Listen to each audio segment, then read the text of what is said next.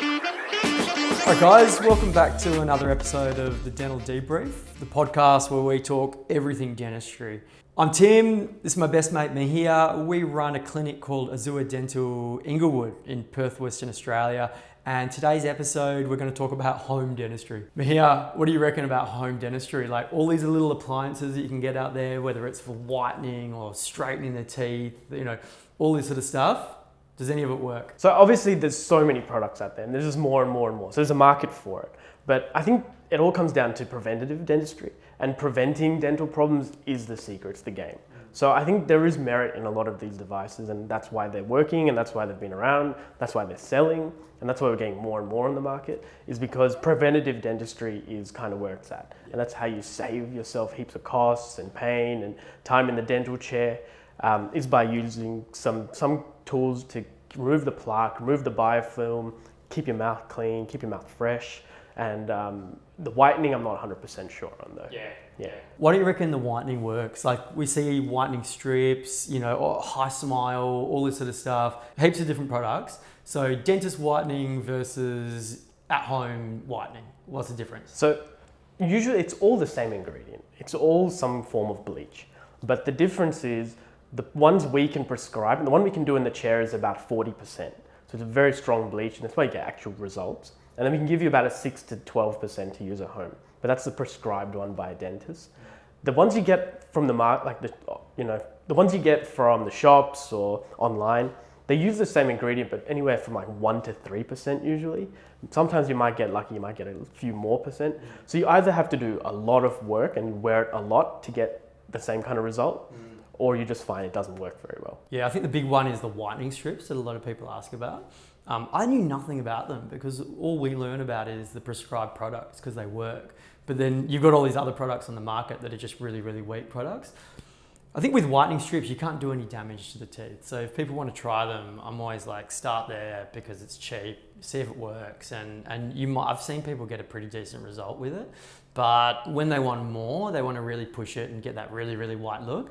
It's just not really going to be enough. And that's when you're going to need the higher concentrations, which is the prescribed amounts. Right? Exactly. And a lot of the effect that they're seeing is just the teeth dehydrating. Yeah. And all the water's sucked out of the tooth. So it looks like colder, it looks a bit dry, it looks more white. Yeah. But then in a couple of hours, the teeth hydrate and it looks back to normal. Exactly. And that's what we even say with the dentist whitening is that you're going to get a little bit of rebound because the hydrogen peroxide, it just dehydrates the teeth. And when you dehydrate a tooth, it becomes really, really white. But then over the next week, as it rehydrates, the color does bounce back a little bit. So I think you're right. I reckon with those sort of at-home products, a lot of it is just that dehydration, yeah. So Tim, are there any products you've seen out there that are just crazy and you can't even believe that it's a real thing? Man, the classic is the Smile Direct Club, those sort of type of, how would you call it? Home DIY aligners. Aligners without a dentist involved. So you go in, you get your teeth scanned by a non-dentist.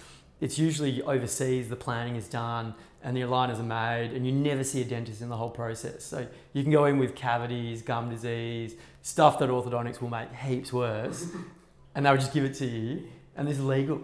Yeah. Although Smile Direct Club did just collapse, but there's plenty of other on the market.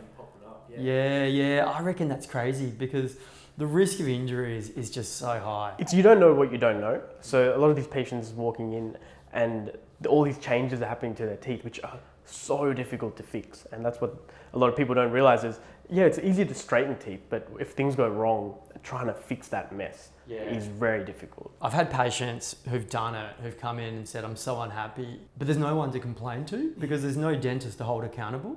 With us, we're held up by professional standards and the dental board and all these sort of things that we have to comply with. So we're always going to want the absolute best outcome, but too often that we see with these ones is that there's just no one to go to when it goes wrong. Maheer, what about you? Are there any sort of DIY at-home dentistry stuff that you just can't believe people are buying?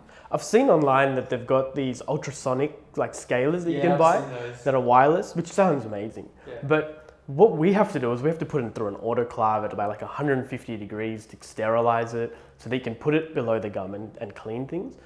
No one has that at home. and no one's sterilizing that. So after you use it once and they leave it in their bathroom, in the cupboard somewhere, it's just festering. There's just more bacteria building up, and then people are jamming it back into their gums. It's like stabbing yourself with a used needle. It's disgusting. It makes no sense. So gross. So we've talked about some bad products. Any good products? Anything really innovative or new or useful that you found? I'm a big fan of those water flossers. That was like a new thing that just came out probably when we were at uni. It was like probably 12, 13 years ago I first saw them. But they're wicked, hey? They make a difference. And for patients who are never going to floss, I know a lot of people say, well, all the research is on flossing and pixters. We don't have enough data on these things. I mean, for patients who aren't going to floss anyway, it makes a massive, massive difference. And around implants and bridges and things like that, I reckon they're wicked. Especially if patients don't have the dexterity anymore, and now they can just spray a jet of water, and that's quite benign. It's quite harmless. Yeah. I'm a big fan of them. Yeah, people say they're messy because when you spray them in the mouth, water like sprays everywhere. But I had a patient the other day who says she just uses hers in the shower. That's a wicked idea. Such a good idea, yeah. Any products like at home, DIY dental products that you reckon are actually pretty good? I'm a big fan of the tongue scraper.